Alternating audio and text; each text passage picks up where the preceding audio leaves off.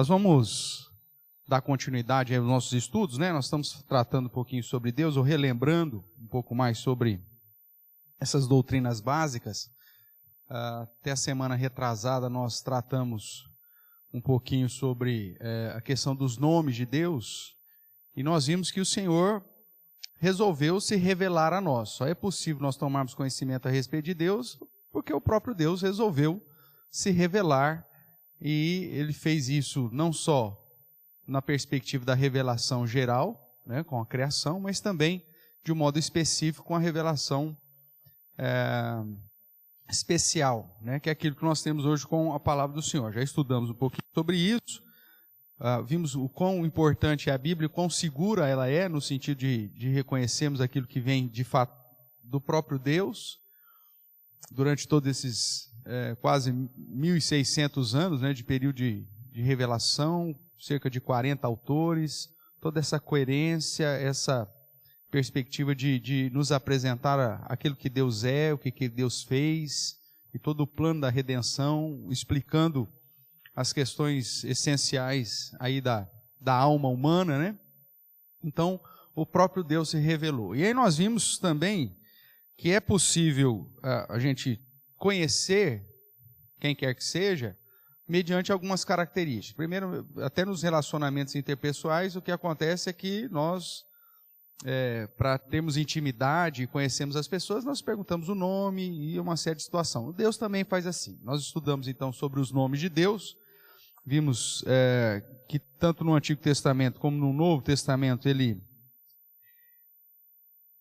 lembrando que o Antigo Testamento é escrito em hebraico, o Novo em grego, né? Nós temos aí vários títulos e nomes que apontam para aquilo que Deus é. Nós já estudamos isso. Hoje nós vamos trabalhar um pouquinho aqui com o segundo modo que nós temos para conhecer, né, as pessoas. Geralmente quando você vai conhecer alguém, você pergunta: qual que é o seu nome? Vai falar lá: meu nome é tal. O que você faz? Ou de onde você veio? Ou qual que é a sua profissão? Ou qual a sua graduação? E dependendo daquilo que a pessoa revela, ela vai estar passando informações a respeito de si, e nós vamos estar conhecendo melhor o que ela faz, né? Então, os feitos, as ações, as características, as habilidades que as pessoas compartilham contigo, acaba nos dando informações daquilo que ela gosta, daquilo que ela não gosta, né? Se você pergunta para alguém, por exemplo, a formação ou o trabalho que ela faz, muitas vezes ela pode até falar para você assim: eu sou formado em história, só que eu dou aula de programação de computador. Isso assim, meu Deus, essa pessoa já está te informando que de duas uma: ou ela não sabe o que ela é, né? Ou ela teve uma grande luta para definir o que ela realmente gosta na vida, ou ela sabe tudo de tudo. É o cara que cuida tanto da parte humanas, quanto da parte de exatas e tudo mais.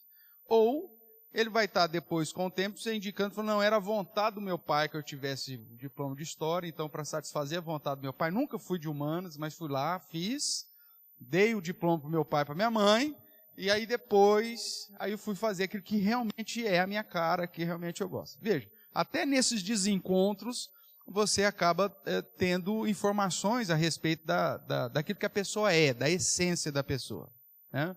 Ainda bem que o nosso Deus, ele sabe muito bem o que ele é, e aí quando ele se revela, então fica muito claro o que de fato ele é, a sua essência e tudo mais. Então vamos dar uma olhadinha nessa questão dos seus propósitos, né? E que é revelado através daquilo que ele é, daquilo que ele é. Abra a sua Bíblia primeiramente, lá em Deuteronômio, capítulo 6, que é o nosso texto base aqui de hoje.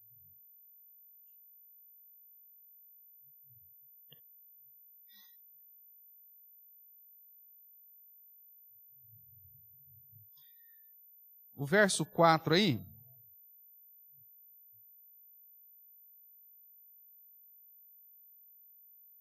do capítulo 6, ele vai nos dizer assim, Deuteronômio 6, verso 4. Ouve Israel, o Senhor nosso Deus é o único Senhor. Ele apresenta aí como sendo o Senhor. Quando nós já vimos a semana retrasada, lá em Gênesis 1:1, já nos apresenta Deus como sendo o Criador. Você dá uma olhadinha um pouquinho mais para frente aí agora, o capítulo 8.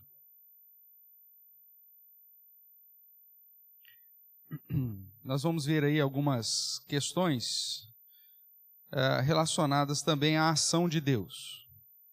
Eu vou ler aqui Deuteronômio 8. Cuidareis de cumprir todos os mandamentos que hoje vos ordeno, para que vivais, e vos multipliqueis e entreis e possuais a terra que o Senhor prometeu sob juramento a vossos pais.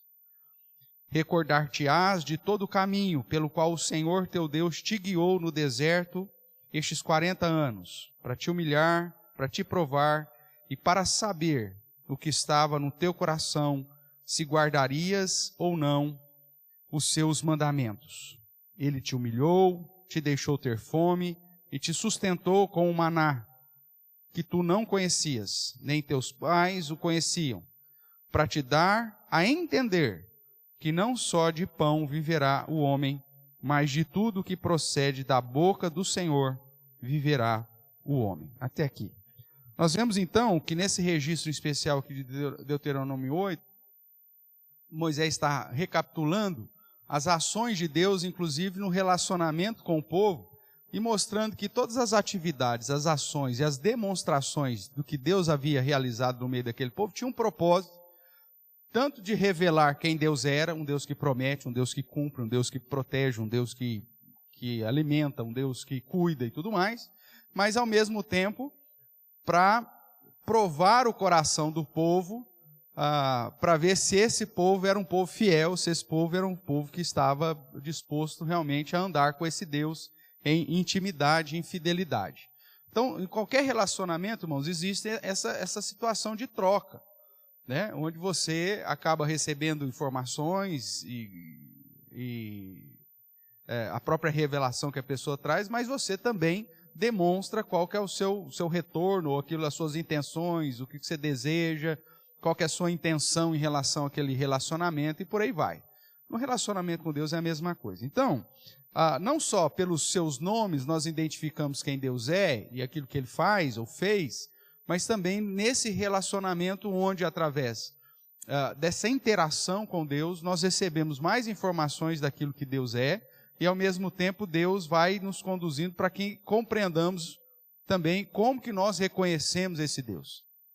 Vamos pegar aqui um exemplo um pouquinho mais prático. Eu citei para você um exemplo agora daquela pessoa que você perguntou lá o que ele fazia. Ele disse para você que ele era formado em História, mas ele trabalhava com o que mesmo? Programação de computador. Aí você já fez um preconceito aqui. Eu te dei pelo menos 3 possibilidades. Mas provavelmente você já fez um preconceito aqui no momento que eu falei, o cara é formado em História, mas trabalha com programação. Aí você fala assim, antes de eu ter te falado qualquer coisa, ele falou assim, ou não. Porque isso é natural. Nós temos a tendência de pensarmos em conceitos anteriormente àquilo que de fato é. Quando eu disse para você que ele fez História, porque o pai e a mãe dele desejavam, e que ele então cumpriu um desejo do pai e da mãe, e que agora ele resolveu fazer aquilo que ele gosta, mudou completamente a visão que você teve inicial desse cara. Você fala, puxa vida, o cara honrou o pai e a mãe dele primeiro, olha só que legal. Ele não é um cara que estava em dúvida, não era um cara inconstante, ele não é um cara que não sabe o que é da vida. Na verdade, ele sempre soube, olha que coisa linda, ele sempre quis ser programador, mas em honra ao pai, em honra à mãe, ele foi lá e fez primeira faculdade, que o pai sonhou, olha que coisa, né? Perdeu alguns anos na vida, tudo bem, mas ele fez isso por causa da obediência de honrar o pai e a mãe.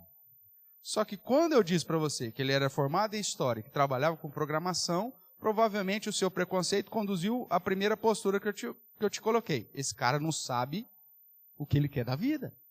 Esse cara é um inconstante. Esse cara não tem padrão. Esse cara deve ser um moleque. Provavelmente na sua cabeça, alguma coisa semelhante a isso pode ser conduzida. E é isso que acontece muitas vezes, irmãos, até mesmo com Deus. Nós, quando vamos estudar a palavra do Senhor, ou ler algumas revelações do Senhor, é impossível, nós já vamos com pré-conceitos, né? Com conceitos formados. Então, até a gente conhecer o máximo possível daquilo que a pessoa está se revelando, nós sempre vamos ter esse princípio do preconceito, né? E aí depois, com o passar do tempo e com a intimidade, aí você vai entendendo de fato, e esses preconceitos, a tendência é que eles sejam deixados de lado e você assuma um entendimento real daquilo que realmente foi. Como exemplo, você vai até admirar o cara por ele ter feito história primeiro, para depois seguir o desejo do coração e a inclinação das habilidades dele, que era a programação em computador, né? Então você fala, poxa, valeu, mas quebrou aquele preconceito. Em relação a Deus, isso acontece demais. Dependendo do contexto que você lê, ou daquilo que você recebe de alguém a respeito de Deus, você vai formar uma visão sobre Deus. Nós, num contexto cristianizado, temos a tendência de recebermos, desde pequenininho, a informação de que Deus é um Deus que age de modo a retribuir tão somente as questões do que eu faço ou deixo de fazer. E nós aplicamos esse preconceito que recebemos na questão da salvação. Então a salvação vai ser fruto daquilo que eu faço. Vai ser meritório. A Bíblia diz que a salvação é meritória? Não, lugar nenhum diz que a salvação é meritória, né? Mas diz que as obras são importantes, obviamente, dentro daquele contexto da própria progressão da revelação. Mas quando eu, desde pequenininho, recebo lá, né, do meu avô, da minha avó, do meu pai, da minha mãe, informações a respeito de Deus, e geralmente vovó, pai, mãe, sempre dá informações teológicas furadas, principalmente quando elas não estão num contexto de conhecimento pleno das Escrituras. Então, ela vai apresentar um Deus que é malvadão, né? E que está pronto com o chinelo na mão para te bater a qualquer hora. E que se você der uma bobeirinha, ele vai dar um peteleco que você vai ver estrela, né? Geralmente, os avós, o pai, não sei o quê, quando a criança faz algo errado, fala assim, Deus está vendo. Deus conhece o seu coração. E mesmo que você esteja no escuro, Deus enxerga. É verdade tudo isso? Claro, Deus é onipresente, onisciente, Ele conhece todas as coisas, vê todas as coisas, tudo bem. Só que a maneira que eu aplico isso para a criança, eu estou produzindo nela um conceito deturpado daquilo que Deus realmente é. E aí eu conduzo a criança não ter um temor do Senhor, mas ter um tremor, né? E aí principalmente quando acontece alguma coisa trágica na vida. Morreu o gato dele, isso é porque você é desobediente. Seu gato morreu, isso é castigo de Deus, vai dizer a vizinha para ele. Pronto, ele está criando já um conceito de que esse Deus é um Deus vingativo, um Deus malvado, que matou o meu gato porque eu simplesmente não quis comer beterraba no almoço. E com o passar do tempo eu vou formando então essa minha visão a respeito de Deus. E até hoje tem muito marmanjo que olha para Deus, e quando você vai tratar a respeito da pessoa de Deus com ele, ou dos atos de Deus, é um Deus puramente malvado. É um Deus que me constrange a todo instante, porque Ele não deixa eu ficar sozinho nem no banheiro. E Ele sabe todas as coisas. E é um Deus que vai me tolir a todo instante. É um Deus só do não. E muitas vezes nós carregamos isso na nossa vida inteira, irmãos, e até em algumas situações vividas no nosso contexto, por não termos a intimidade com Deus, um conhecimento pleno, para quebrar esses preconceitos que formamos lá desde pequenininho, nós ainda temos uma relação com Deus muito distante. Mas nunca foi essa a intenção de Deus para conosco, quando Ele se revelou. Por isso é importante você revelar ou tomar conhecimento da história toda. porque senão você vai julgar lá o menino que fez história e que trabalha com programação, como se o cara fosse um inconstante.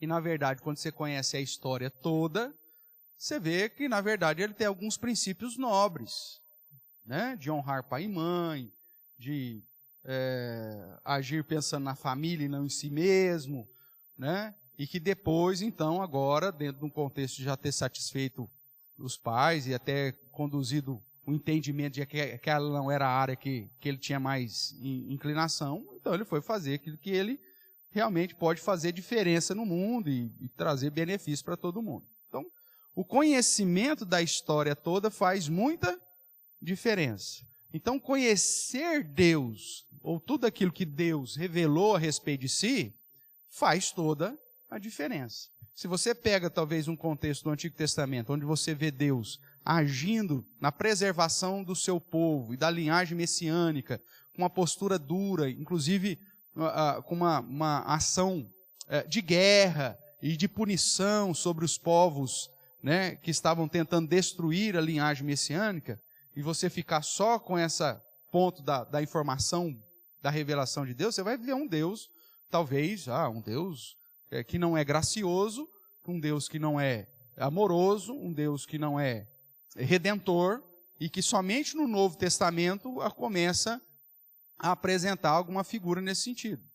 Mas quando você tem a visão inteira, né, daquilo que nós chamamos da teologia bíblica, aquilo que apresenta o todo da história, você vê que até no Antigo Testamento, com essa ação da aplicação da ira, da justiça, o próprio dilúvio, tudo tem um propósito diante de Deus e que revela essa graça e a bondade diante de Deus, diante de uma humanidade que pecou e que confronta e afronta esse Deus constantemente. Então as coisas começam a fazer sentido. E aí você vê que ao invés de Deus matar todo mundo e está tudo bem, e ele continua sendo Deus, né? Ele ainda age com graça e misericórdia em promover um plano de redenção para ser glorificado na salvação de gente que não merecia ser salvo. Porque quem de nós merecia ser salvo? Ninguém. Por mais que você tenha uma imagem, né, uma autoimagem de justo, mas eu sou um cara maravilhoso, né? Eu nunca roubei, nunca matei, nunca bati na minha mãe por causa de mistura. Então eu sou um cara que merece salvação. Mesmo que você tenha essa autoimagem, biblicamente falando, não existe um justo sequer. E o padrão estabelecido é o padrão moral de Deus. Se você quebrou ele uma única vez na sua vida, você já quebrou. Pronto, acabou. Se você mentiu uma única vez na sua vida, você já pecou. Né? Se você pegou lá a jabuticaba do feirante lá e não pagou, roubou. E quebrou. Então, quer dizer, não tem condição nenhuma de alguém se considerar de fato ou se apresentar de fato justo diante de Deus.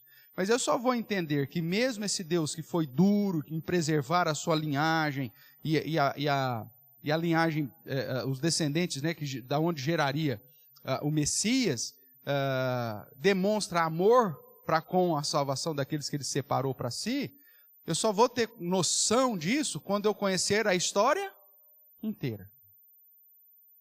E esse é o grande problema das pessoas muitas vezes aí. Você vai falar sobre, mas Deus é muito isso, Deus é muito aquilo. Ela está revelando o que ela sabe de Deus e que ela recebeu muitas vezes de alguém que não conhecia também a história toda. Então é preciso conhecer a história toda, irmãos. Conhecer as Escrituras como um todo. Para que você então compreenda o que de fato Deus é. Nós podemos fazer isso através dos atributos de Deus e dos seus atos. O que são atributos? Né? De uma maneira bem simplista aqui, hoje em dia, muitas vezes, nós não usamos muito essa terminologia, mas houve um tempo em que se perguntava quais são os seus atributos, ou seja, quais são as suas qualidades, quais são o seu conhecimento, você sabe do quê? A gente usava esse negócio de atributos no dia a dia. Conforme o tempo vai passando, nós não falamos. Até para beleza, né? Mas quais são o cara falando, rapaz, estou apaixonado. Mas quais os atributos dela? Né? Ia falar da beleza física dela, aquela coisa toda, ou vice-versa. E ele, né, na época da Vania, nossa, ele é um pão. Aí, quais os atributos dele? Trabalhador, nossa, alto, olhos não sei das cores. Está falando das características, mas naquela época usava-se como se fossem os atributos. Era mais ou menos assim ou não? Era, Vania? Era. Os atributos, né? Então podia ser tanto a beleza física quanto a habilidade, a questão de caráter, se ele era trabalhador. Olha, ele é feinho, mas é trabalhador. Atributos, né? Então havia tudo isso. As irmãs ficam animadas. Aí já lembra da história, uma conta para outra, coisa de louco. Mas beleza. Então, atributos. Quando refere-se a Deus, irmãos, é a mesma coisa. É as qualidades, as virtudes, né? As propriedades essenciais que faz do indivíduo, ou no caso aqui de Deus, aquilo que de fato ele é. Os meus atributos é o que forma o que eu sou. Né? No nosso caso, nós sabemos que algumas dessas virtudes e qualidades, elas estão influenciadas pelo pecado, então é um problemão. Mas no caso de Deus, não. Então, quando eu estudo sobre os atributos, as qualidades, as virtudes, a essência desse Deus, então eu sei que isso é algo que vai ser permanente, perpétuo. Então vamos lá, vamos tentar trabalhar aqui um pouquinho com essa ideia. Então o atributo nós já definimos, que são essas virtudes, qualidades, propriedades essenciais, né, reveladas nas Escrituras, da quais nós podemos conhecer um pouco mais a respeito de Deus. Para a questão de estudo, nós dividimos, quando vamos estudar a respeito dos atributos de Deus, nós dividimos o estudo dos atributos de Deus em pelo menos dois. Os chamados atributos comunicáveis e os atributos incomunicáveis. Abra sua Bíblia lá em Gênesis, capítulo 1.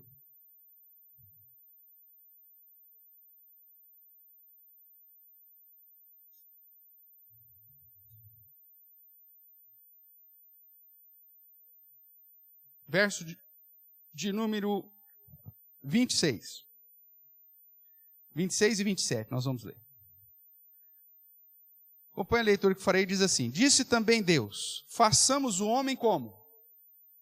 A nossa imagem, conforme a nossa semelhança. Tem ele domínio sobre os peixes do mar, sobre as aves do céu, sobre as aves domésticas, os animais domésticos, sobre toda a terra e sobre todos os céus que rastejam pela terra.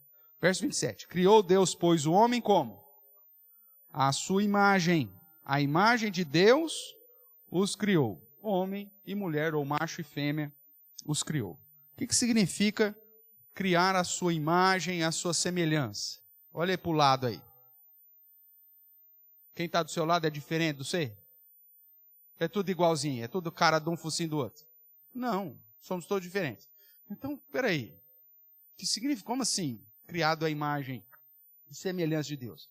Mesmo porque pela progressão nós sabemos que Deus é espírito, que ele não tem imagem nenhuma. Como que é esse negócio? O que significa ter sido criado a imagem e semelhança de Deus? De um modo bem simples, né, bem simplista, ser criado a imagem e semelhança de Deus é que o Senhor comunicou a nós algumas características e atributos que eram dele. Então, por exemplo, você ama. Quem aqui ama? Pode ser um lanche, não tem problema. Você não consegue amar uma pessoa, eu amo lanche. Não tem problema. Você ama alguma coisa na vida? Ama. Por que você ama? Porque Deus resolveu compartilhar contigo do atributo do amor. Mas, o que acontece? Com o pecado, os chamados efeitos do pecado sobre a mente humana, ou sobre a essência humana, a teologia é chamada de efeitos noéticos, não tem nada a ver com Noé, é só uma questão da palavra, no sentido dos efeitos sobre a mente, né, e sobre a ética do homem e tudo mais. Esses atributos que Deus havia compartilhado conosco, que eram perfeitos no primeiro casal, depois do pecado sofre esses efeitos do pecado, e aí por isso que o seu amor não é um amor como o amor de Deus. Por isso que o seu amor, muitas vezes, ele é distorcido. E aí falta equilíbrio, às vezes por conta do seu egoísmo, por conta dos ciúmes ou de outras influências consequências naturais do pecado, o seu amor, então, tende a extrapolar. Não é à toa que você muitas vezes já viu na história aí pessoas falaram que mataram por amor. Eu matei por amor. Que amor é esse, cara, que tirou a vida do outro? Veja, essa já é uma influência, uma consequência negativa que o pecado trouxe. Mas nós amamos. Você tem senso de justiça? Você sabe aquilo que é justo, aquilo que não é? Só que está deturpado também. Geralmente o nosso senso de justiça é egoísta. Né? O nosso senso de justiça, ele tende a puxar para o nosso lado. Não é assim? Quando é dos outros, a gente fala assim, a vida é assim mesmo. Aí quando acontece com a gente, fala, não, isso não é justo. Mas por que você, inclusive, tem essa indignação? Justamente porque você tem o senso de justiça. Agora, é pleno isso? Não, é falho. Agora, quando nós olhamos para Deus, o padrão do amor em Deus é falho? Não, ele é pleno. E o padrão de justiça em Deus? Também é pleno. E aí, então, nós vemos que existem alguns atributos que Deus comunicou conosco.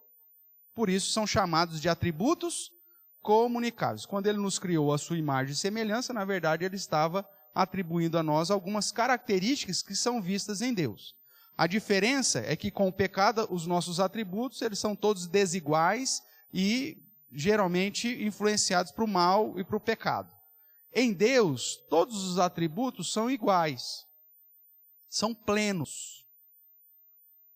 Que é outra coisa que a gente precisa quebrar, né? Um paradigma que a gente precisa quebrar aqui em relação aos atributos de Deus. É muito comum nós recebemos desde criança que o amor de Deus é grande e largo. Não é assim que nós cantamos? Eu até já citei isso aqui várias vezes. A gente ensina para a criança. O amor de Deus é grande e largo. Né? Tem a musiquinha, faz um gestinho lá, grande, largo, tal. Agora, você nunca viu ensinar para a criança dizer, a ira de Deus é grande e larga. Ou a justiça de Deus é grande e larga. Mas são atributos de Deus que estão no mesmo patamar, porque são todos os plenos, e que deveriam ser cantados, que são também grande e largo. Mas na nossa cabeça, se a gente colocasse isso numa expressão de gráfico, né, o pessoal que gosta de gráfico, estatística, né, vamos pôr lá em um gráfico torre, você teria lá uma torre grandona, simbolizando o amor de Deus. E uma torrezinha pequenininha, onde você colocaria assim, ira. Consegue visualizar aí no nosso gráfico? E, na verdade, quando nós colocamos a visualização, você tem que colocar todas as barrinhas, representando todos os atributos de Deus, do mesmo tamanho. Porque Deus é pleno, santo em todos os seus atributos. Não tem um atributo maior ou menor. Só que no nosso dia a dia, na nosso relacionamento com Deus, nós queremos que o amor de Deus seja grande e largo e que a justiça de Deus seja pequena e estreita. E aí, quando acontecem situações na nossa vida, nós olhamos para Deus e falamos assim, isso não é justo. Por que aconteceu comigo? Porque, na verdade, a minha noção dos atributos de Deus está desfocado. Irmãos, façamos o exercício aqui rapidinho. Se Deus resolvesse agora aplicar da sua justiça sobre nós, sobre aquilo que você fez ontem, não é toda a sua vida não, só sobre aquilo que você fez ontem, o que sobraria para nós? Você teria acordado essa manhã? Se nessa madrugada Deus resolveu aplicar sobre você sua justiça, você teria acordado? É lógico que não. Nós somos pecadores. Nós desagradamos ao Senhor constantemente. Por ação, palavras, omissão. Se Deus resolvesse aplicar tão somente a sua justiça como o tamanho que ela é, nós nem acordaríamos. Agora, por que Deus não faz isso? Porque Ele é longânimo. E Ele então estabeleceu um momento para aplicar essa sua justiça. Por que os ímpios ainda vivem hoje? Principalmente aqueles que confrontam duramente o Senhor. Porque Deus diz, olha, sabe aquela história do pai e da mãe, que a criança faz uma birra na rua, lá no supermercado? Aí o pai fala assim, quando chegar em casa, nós vamos conversar. Isso é longanimidade. Significa que o pai vai esquecer? Significa que o pai vai amenizar? Significa que o pai, ao invés disso, vai te dar um chocolate quando ele chegar lá? Quando você chegar na sua casa? Não, não. É só por causa daquele momento, para ele não aplicar toda a sua justiça e tudo mais, ele deu um prazo. Quando chegar em casa, a gente vai conversar. Foi isso que Deus fez com a humanidade. Quando chegar o último dia, nós vamos conversar. Só que não significa que Deus está liberando. E a criança, às vezes, ainda continua mal criada. Ela recebe já essa instrução que em casa vão conversar, mas não muda a atitude dela. Ela continua na prática rebelde dela ali.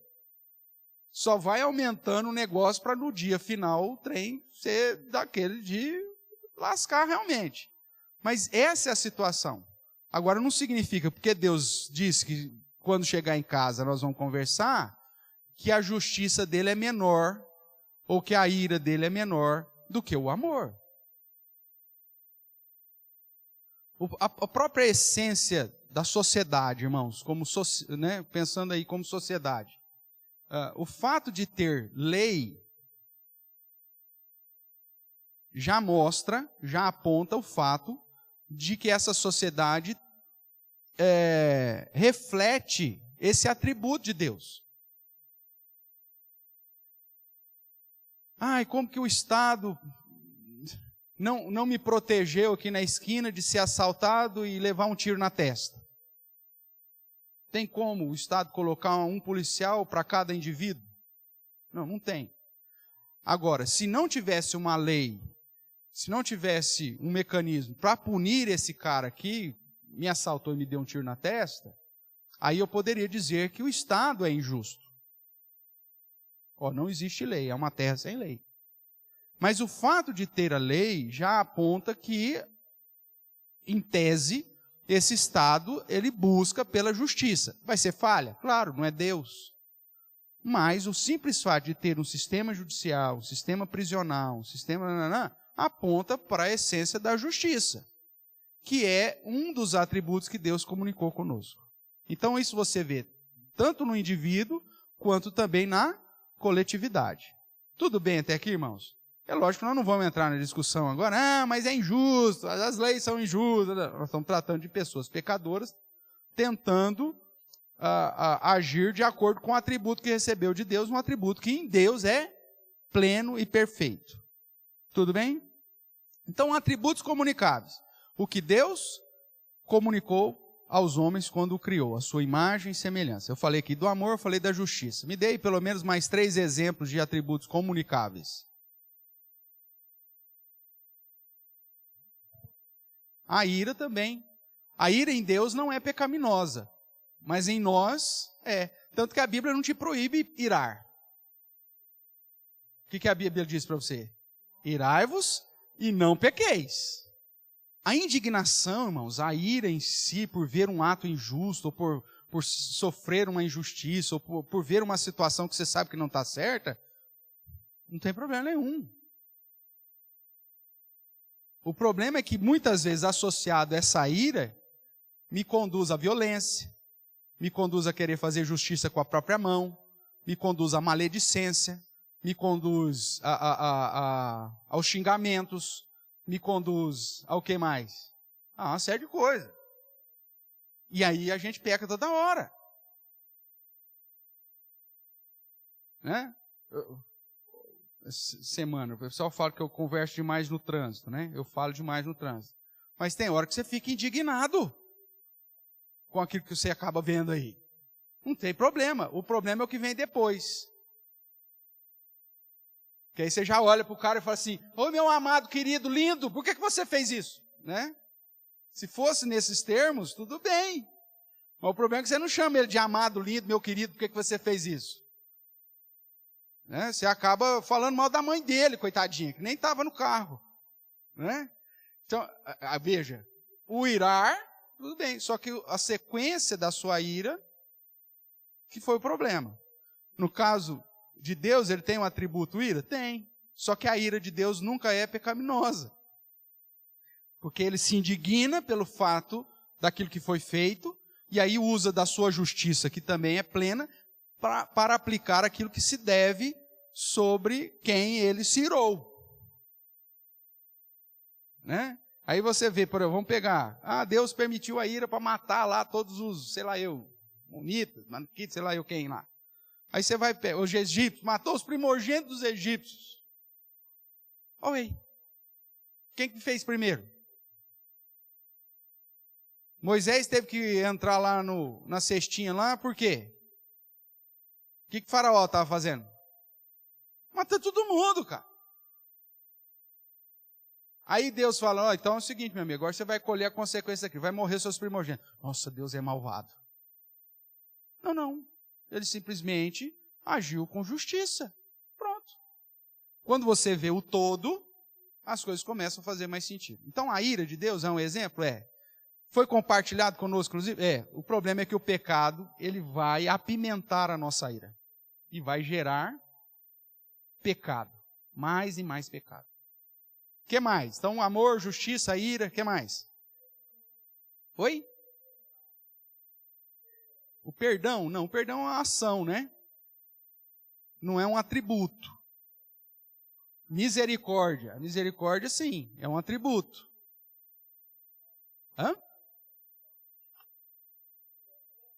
A própria paciência, longanimidade. São atributos que foram tal. Alguém tinha falado mais algum diferente desse? Não, aí é tal, mas vamos lá, amor, justiça, ira, misericórdia, paciência, são virtudes, são características que nós recebemos de Deus e são colocados aqui como atributos comunicados, porque Deus comunicou a nós. Tudo bem? Essa questão da empatia, tudo isso. Agora, e os atributos incomunicáveis? Como a própria palavra já diz, foi aquilo que Deus não comunicou a nós. Atributos que são apenas divino e que pertencem só a Ele. Né? Vamos pegar um exemplo aqui. Cláudio, o que está acontecendo agora lá na sua casa? Não sei. Então Deus não compartilhou a onisciência com a Cláudia. Nem a onipresença, porque ela não está lá nesse momento. Ok? Então veja, esses são atributos exclusivos de Deus. Onisciência, onipotência, o que mais? A eternidade, né? A imutabilidade. São todos atributos presentes em Deus. E a imutabilidade, irmãos, é até importante a gente já citar aqui, refere-se à essência de Deus. Porque você vai encontrar alguns textos na Bíblia que vai dizer assim, Deus se arrependeu. Deus se arrependeu de ter criado o homem e por isso mandou o dilúvio. Mas quem se arrepende é porque mudou dentro da nossa perspectiva. Então fala assim, Deus se arrepende, então ele muda. Não. Quando se trata do atributo da imutabilidade de Deus, refere à essência de Deus. O seu amor, a sua justiça, todos vão permanecer plenos sempre. E essa aqui é mais um daqueles pontos, né? Lembrando que nós falamos agora recentemente na Páscoa, sobre a situação do fato da triunidade ser indivisível. Deus não muda na sua essência. Se o fato da segunda pessoa da Trindade, na sua encarnação, mudou a essência, seja do Pai ou seja do Filho, então ele deixou de ser o Deus imutável. Ele passou por uma mudança. E isso é impossível dentro da revelação geral, né, da visão geral da revelação de Deus, porque Deus é imutável em sua essência. Tudo bem? Agora, vou pegar uma situação prática aqui que você, como pai, provavelmente faz. Você tem lá seus filhos, você está vendo lá que seu filho, você está num processo de discipulado do seu filho, para que ele aprenda a amarrar os próprios sapatos, né? Essa coordenação motora fina. Então você está no processo lá, ensinando ele a dar o laço, né? Você já ensinou a orelhinha do coelho para lá, laça não sei o quê, sei lá, do jeito que você ensinou, tá? Aí você está lá vendo ele tentar amarrar o bendito sapato dele. E ele está ali. E ele já não consegue fazer a orelha mais do coelho, não consegue mais laçar, não sei o quê, mas você está lá. Aí o que você faz? Pô, é um processo de aprendizado. Então você fala, deixa o bicho suar lá. Vamos ver o que vai acontecer. Se ele pedir ajuda, aí eu vou e ensino mais uma vez. Se ele não falar nada, deixa o bicho gemer lá. Você como pai já fez isso na vida? Se não fez, ainda vai fazer.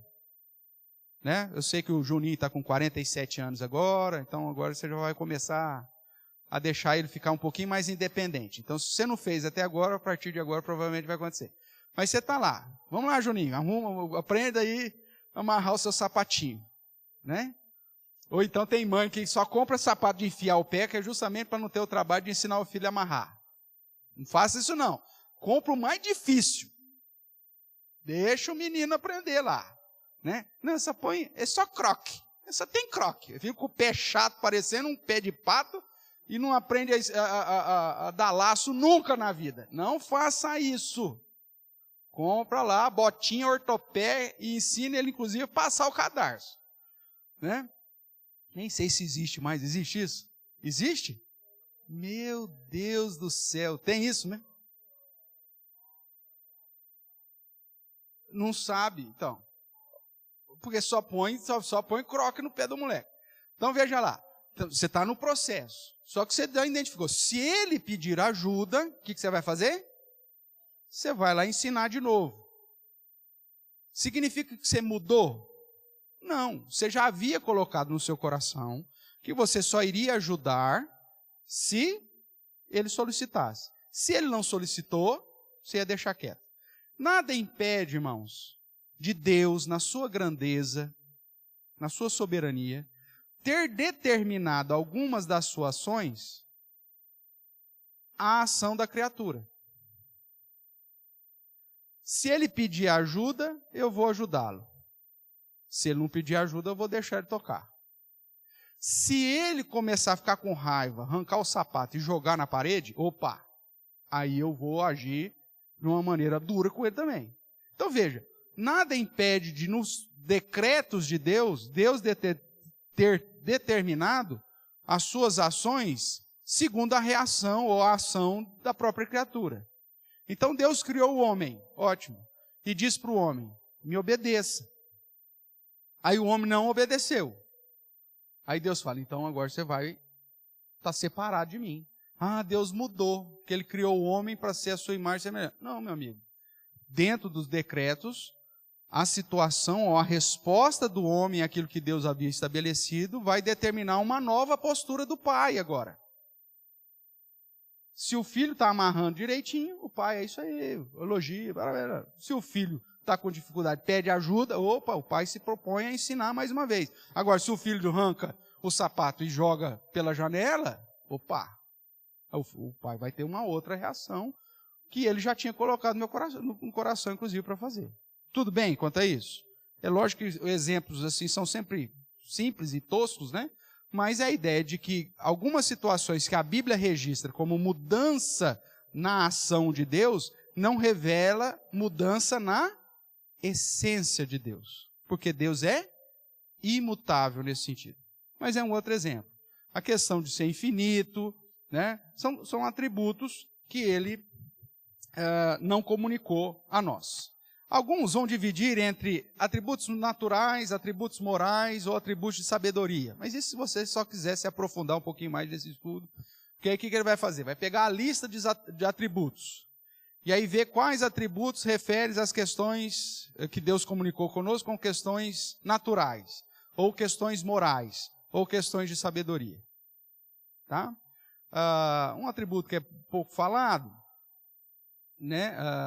Esse da ira, né? Muitas vezes acaba passando desapercebido, mas você tem outros atributos de compaixão, por exemplo. É um atributo que Deus comunicou e que está relacionado com essa questão aí, que nessa divisão aí pode ser separado. A Bíblia mesmo diz que Jesus olhou para Jerusalém e teve o quê? Compaixão, o termo é esse mesmo. Né? Ele teve compaixão, porque eles eram como ovelhas sem pastor. E ele teve o desejo de, como a galinha faz com seus pintinhos, de trazer tudo para perto de si. Veja, esse sentimento de compaixão do próprio Deus encarnado demonstra também que esse é um atributo que ele comunicou a nós, a compaixão. Tudo bem? Então vamos lá. Existe distinção também de valor entre atributos divinos? Nós falamos que não, que é tudo, na visão aqui do gráfico aqui, as torres são todas do mesmo tamanho.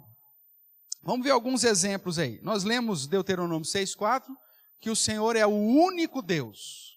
Então esse é um atributo de Deus, ele é único. Né? João 4,24, eu só vou pontuar, irmãos, porque se a gente for ler todos os versos aqui, a gente vai demorar muito tempo. Então, João 4,24 diz que Deus é Espírito, e importa que os seus adoradores o adorem em Espírito e em verdade. Jeremias 23 vai dizer que Deus é infinito, ele não tem fim. Né? É invisível.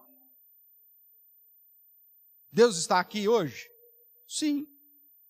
A Bíblia diz que sim, Deus é onipresente, então ele está em todos os lugares e tudo mais. E dentro dessa questão da onipresença, Deus está dentro do bordel? Lá da chacrinha da tia, não sei das quantas? Né? Ou Deus está ali do lado de fora? Não entra, não entra. Não, vai lá não. Porque lá dentro só está Satanás com seus anjos. O que você acha? Deus está em todos os lugares.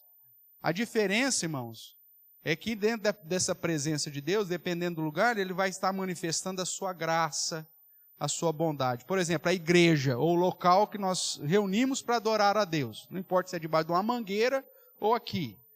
A Bíblia diz, Salmo 133, que ali, ou seja, quando os irmãos estão reunidos para adorar o Senhor, ali o Senhor ordena a sua bênção e a vida para sempre. Ele vai ordenar a sua bênção e a vida para sempre lá? No antro lá do... Não. Lá a sua presença estará, mas é uma presença de condenação, de ira, e de colocar peso a mais nas práticas pecaminosas daqueles que porventura estejam ali adorando o seu próprio Deus, que é a sua própria carne. Mas Deus está presente em todos os lugares. É muito comum você encontrar pessoas que, Deus não está lá. Tem como? Deus está em todo lugar. Deus estará no inferno?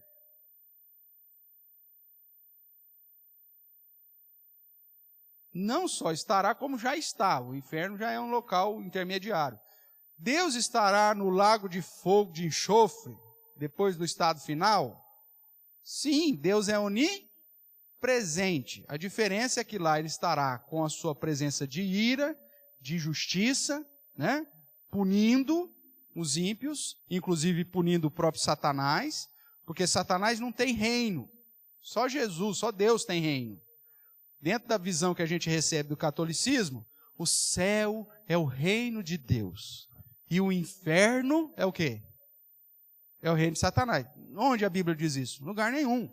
Satanás, inclusive, vai ser queimado e eternamente punido por ter deixado o seu estado original.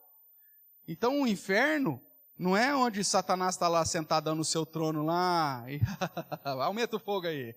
Não, ele vai estar sendo queimado junto lá. Né? Eu tinha o reverendo Heber Campos, o pai, né?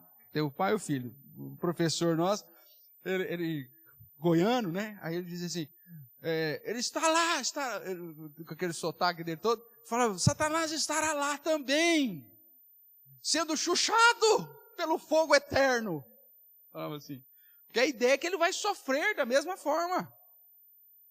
Ele vai passar pelos mesmos sofrimentos de todos os demais ímpios. Porque não é o reino dele. É condenação dele também. Então Deus estará presente lá no lago de fogo e enxofre? Sim, com a sua presença de justiça, de condenação, de aplicação plena da condenação sobre os ímpios, inclusive sobre Satanás e os seus anjos. Então, a onipresença de Deus é a onipresença de Deus. Se existe um único lugar no universo que Deus não pode estar presente, então ele deixou de ser onipresente. Olha a magnitude desse negócio. O que mais? Imutável, né? Tiago 1,17 diz que Deus é imutável. Nós já tratamos que a imutabilidade refere-se à sua essência e não a atos, porque os atos podem estar atrelados a decretos, né? Que Deus pode fazer. É a mesma coisa. Nós oramos porque a oração muda Deus. A oração muda Deus? Não, Deus é imutável, não vai mudar Deus. Você não vai... Vamos orar para que Deus comece a aceitar o adultério como se não fosse pecado, irmãos. Vamos orar, todo mundo, nós vamos orar nesse sentido, tá bom? Forte, oração forte, porque nós vamos mudar isso em Deus. Tem como fazer um negócio desse? Não, Deus é imutável, não vai mudar um negócio. Você pode orar até o joelho virar só o osso, não vai mudar. Agora, a oração muda situações? Sim. Significa que Deus mudou? Não. Deus pode ter muito bem decretado a historinha do filho, né? Amarrando o sapato aqui. Se ele pedir a minha ajuda, se ele orar, eu respondo. Se ele não orar, eu não respondo. Deus pode muito bem ter decretado desse modo? Sim ou não? Sim. E ele fez isso em vários momentos da história do povo de Israel. Tanto é que ele revela isso. Se você se converter, se o meu povo me buscar e orar e se humilhar, o que ele vai fazer? Aí eu virei e vou abençoá-los. Lembra lá? De Reis? Né? 7. Se o meu povo se chama pelo meu nome, se humilhar e orar e me buscar em todo o coração, tarará, virei, sararei sua terra, e parará. Ponto. Deus atribuiu uma relação específica lá para o contexto histórico. Se fosse lá naquele lugar, que era a construção do templo de Salomão, se ali se humilhasse, orasse, buscasse, Deus faria o quê? Mudaria a situação, responderia. Então, Deus pode ter decretado isso para a sua vida. Para situações mínimas da sua vida. E Deus pode ter decretado algo que nós não sabemos. Inclusive, Ele pode ter decretado, depois que você orar 10 vezes. Ué, Deus não pode ter decretado assim? Claro, Ele é... eu pedi só uma vez e não aconteceu nada. Por isso Ele manda, orai sem cessar. Ou batei, porque vai abrir.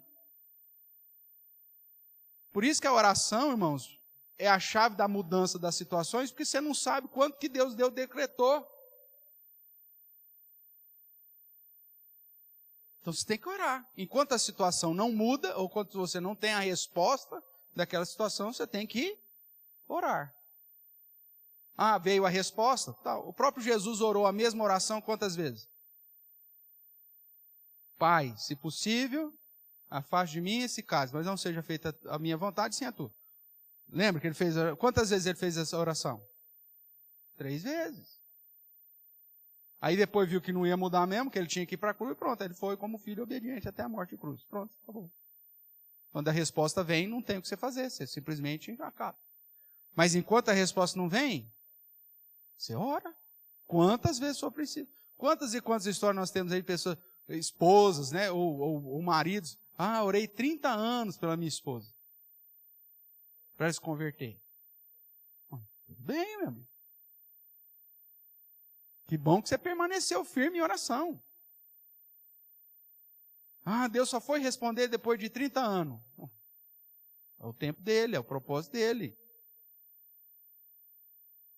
Significa que Deus mudou? Não, não. Era só o tempo que ele havia determinado, porque ele é imutável. Tudo bem? Ele é eterno, né? Não tem começo, fim. Ele é insondável. E aí os textos estão aí, depois se você tiver com o slide aí, se você quiser tiver alguma dúvida, você vai pegando lá. E no próprio texto da confissão de fé, ele vai usando esses textos para referir aos atributos que estão lá no texto da confissão de fé de Westminster, uma vez que, para relembrar, nosso estudo aqui é pautado na confissão de fé. Ele é onipotente, tem todo o poder. Ele é onisciente, sabe de todas as coisas. Ele é onipresente, está em todos os lugares. Ele é santíssimo, soberano e um punhado mais de atributos que a palavra de Deus vai nos revelar a respeito da essência do Senhor.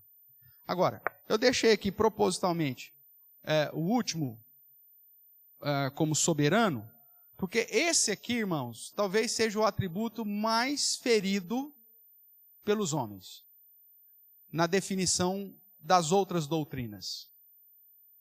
Se a Bíblia diz que alguém é soberano, ou que Deus é soberano, o que significa isso?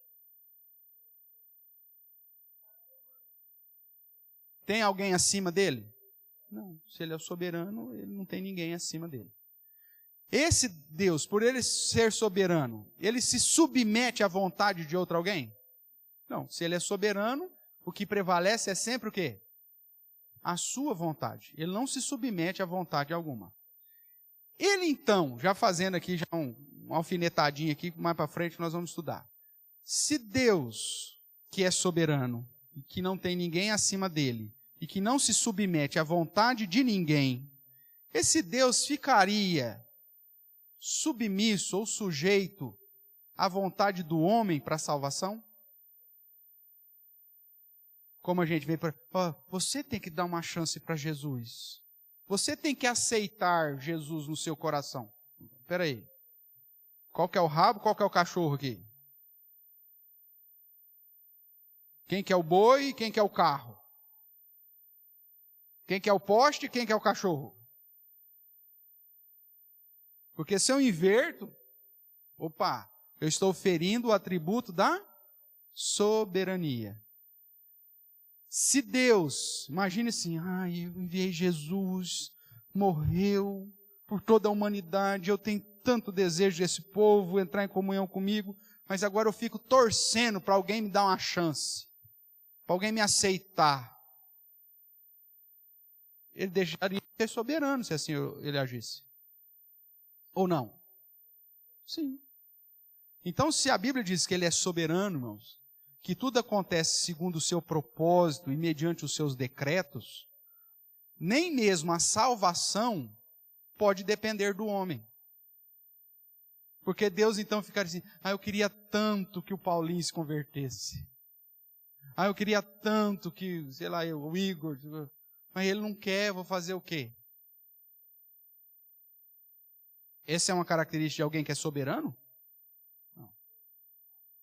O soberano, ele não fica sujeito à vontade de ninguém.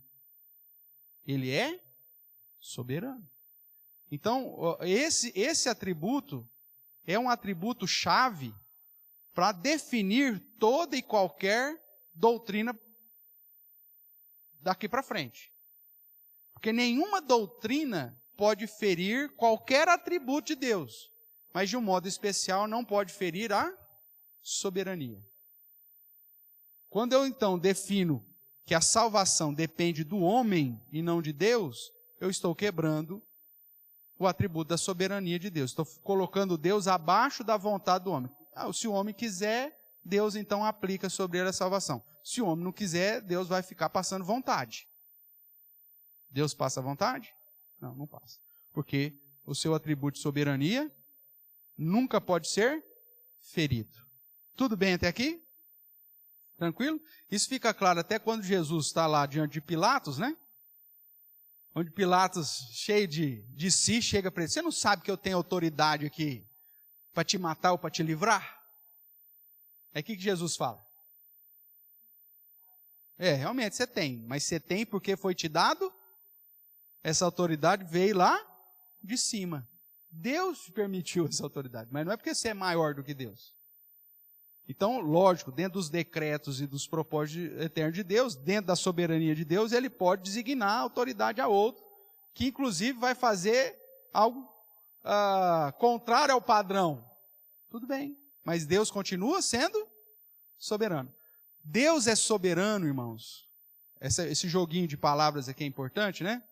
Mais uma vez, não sei se é dele, mas o reverendo Heber Campos sempre citava. Deus é soberano sobre os atos bons dos homens bons, sobre os atos bons dos homens maus, dos atos maus dos homens bons e dos atos maus dos homens maus.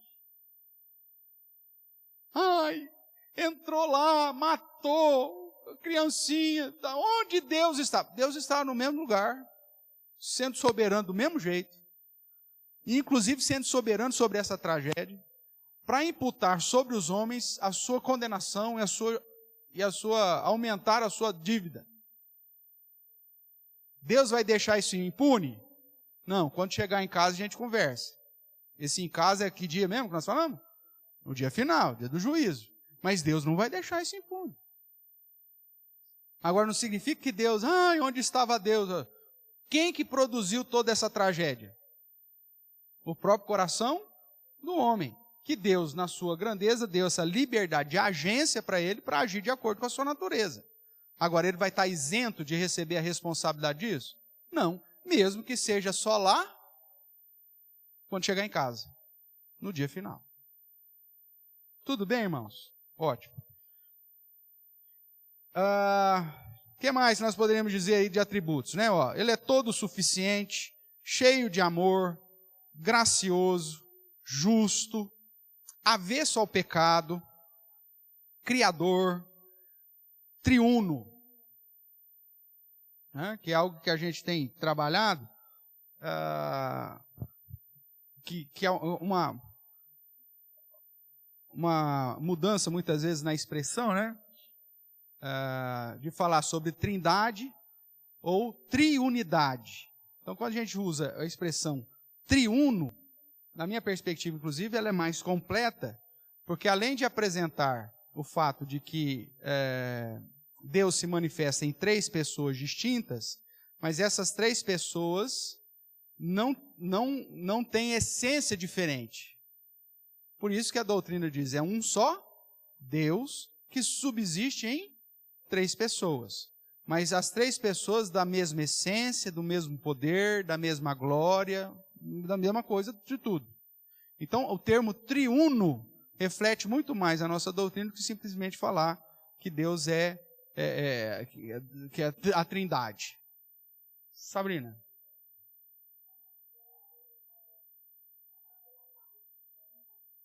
Não. Veja, Deus é soberano sobre atos bons e maus. Deus nunca é pego de surpresa sobre uma situação. Vamos lá, a gente vai tratar isso quando for tratar sobre o homem, né? Nós estamos tratando sobre Deus, quando tratar sobre o homem, nós vamos entrar aí. Que é a diferença, por exemplo, de Adão e Eva antes do pecado e Adão e Eva depois do pecado. Adão e Eva antes do pecado foi criado de que modo? De modo reto. Né? Reto. A imagem semelhante de Deus, com os atributos, sem conflito do pecado. Eles não tinham pecado. E Deus deu a eles aquilo que é chamado, de um modo geral, aí, de livre arbítrio. O que é arbítrio? Ou árbitro? Você que gosta de futebol, quem que comanda lá, dá falta, dá cartão vermelho, cartão amarelo? Quem que é? O árbitro. Ele é o juiz. Não é assim que nós chamamos lá? O árbitro da partida, é o cara que julga. Então, quer dizer, foi dado a Deus a capacidade para o homem julgar o que ele tinha que fazer. Ele era o juiz da sua própria vida. Por isso, livre árbitro, ou livre arbítrio. Tudo bem aqui? Tá.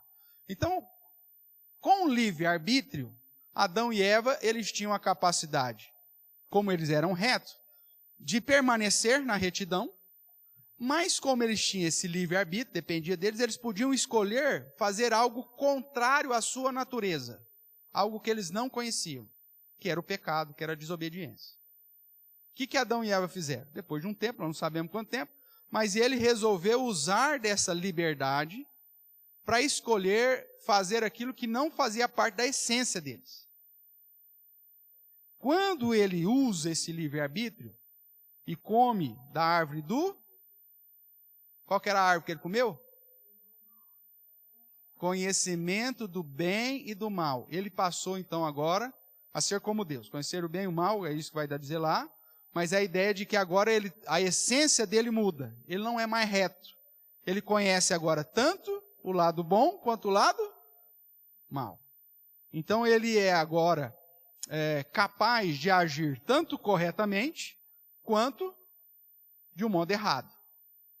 E nesse processo, ele perde o livre-arbítrio. Por que ele perde o livre-arbítrio? Porque o livre-arbítrio é a capacidade de eu escolher fazer algo que não faz parte da minha essência. Eu era reto e resolvi fazer o errado. Mas o errado não fazia parte da minha essência ainda. Então é o livre-arbítrio. Agora, o que acontece? Eu já sou conhecedor do bem e do mal.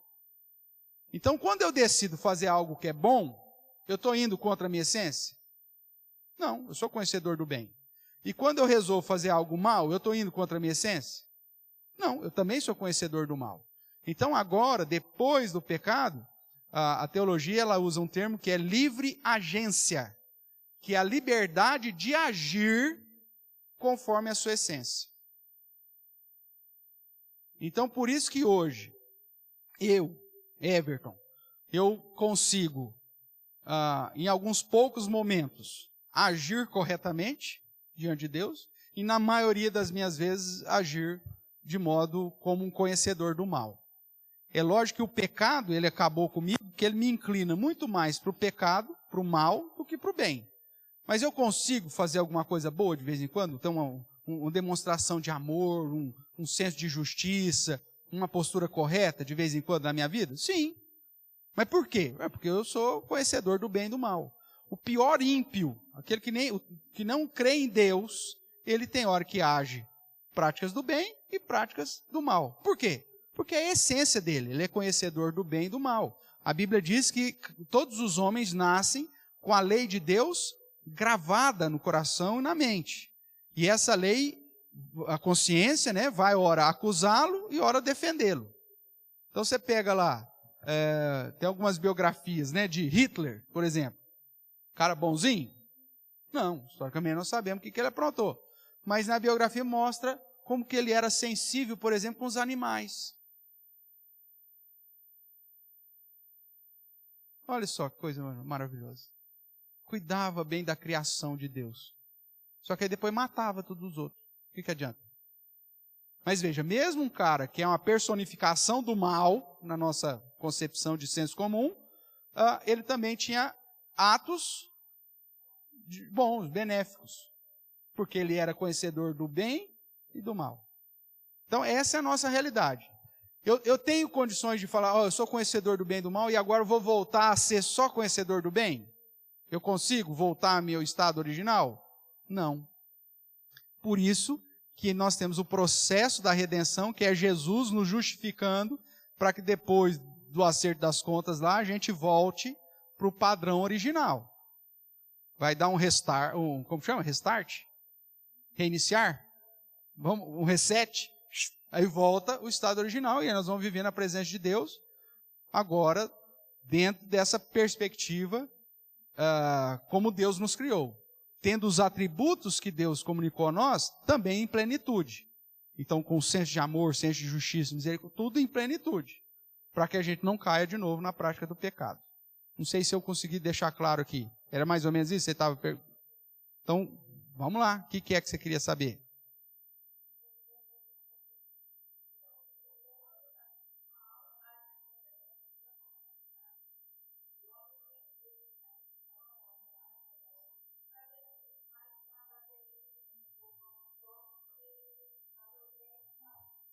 Não, ele tem capacidade de escolher fazer o bem. Você conhece ímpios que fazem o bem?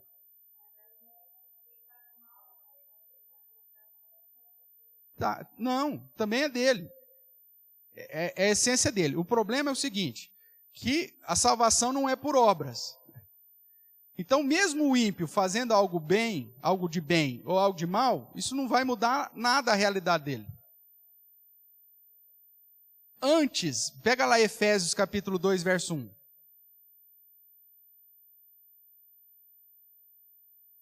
Isso aqui é para todos, independente,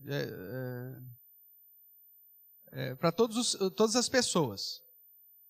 Inclusive pesa sobre todas as pessoas o dever de fazer o bem. Não é isso que Eclesiastes vai dizer? Eclesiastes lá 12, 13.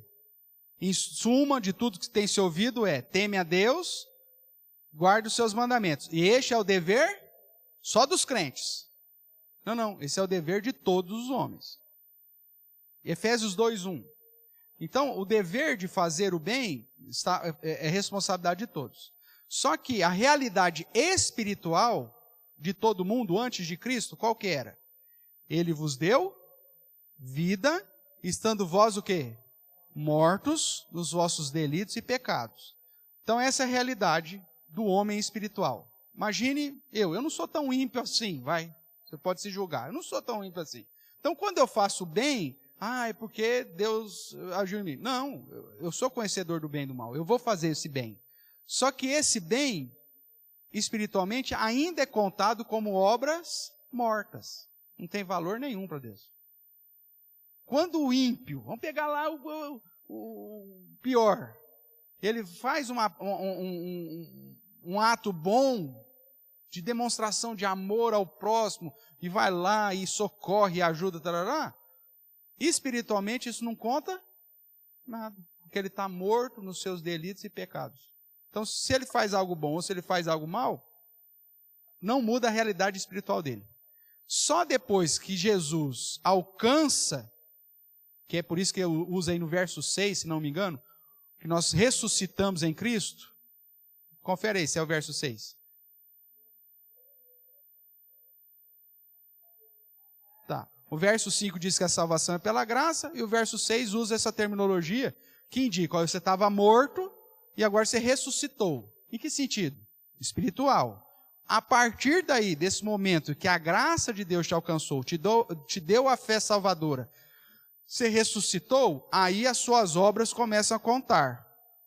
Que aí é o verso 10. O que diz o verso 10?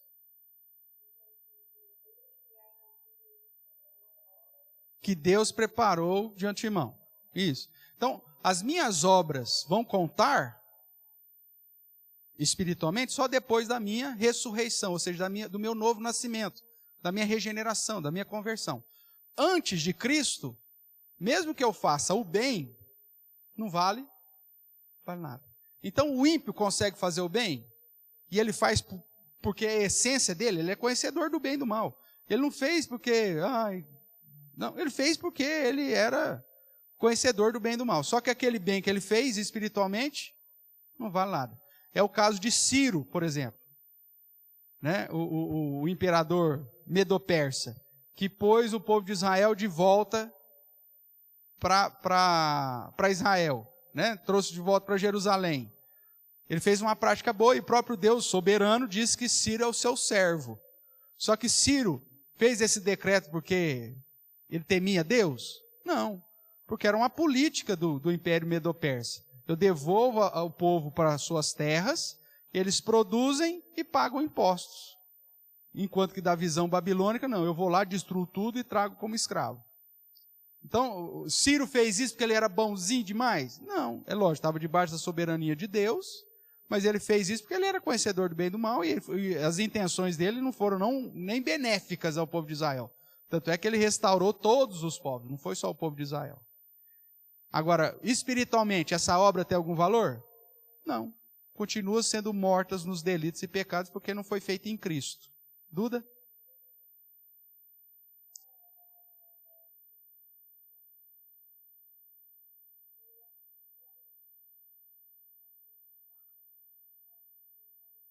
A tendência, o pecado ainda está em nós. Nós somos livres da condenação do pecado.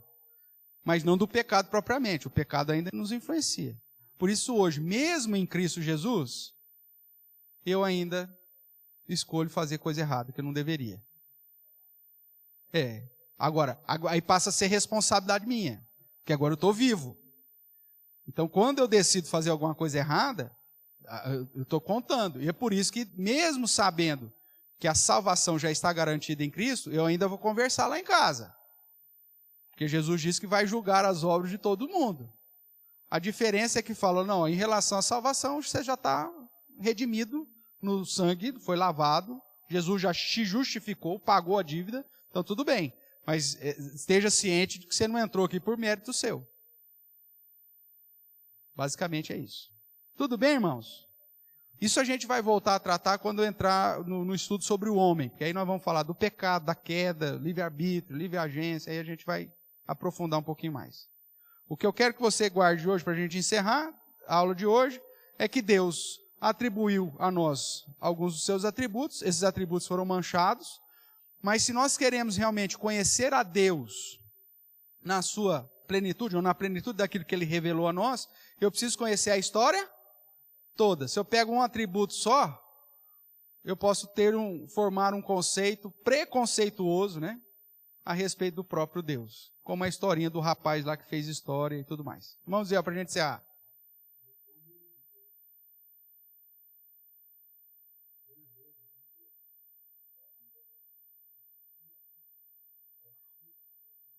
Nem profundidade e tal. Essa é a ideia de que é infinito. Né? Deus não pode ser mensurado. Ele tem tal largura, tal altura. É a ideia de que é infinito. Como nós já vimos aqui também. Beleza?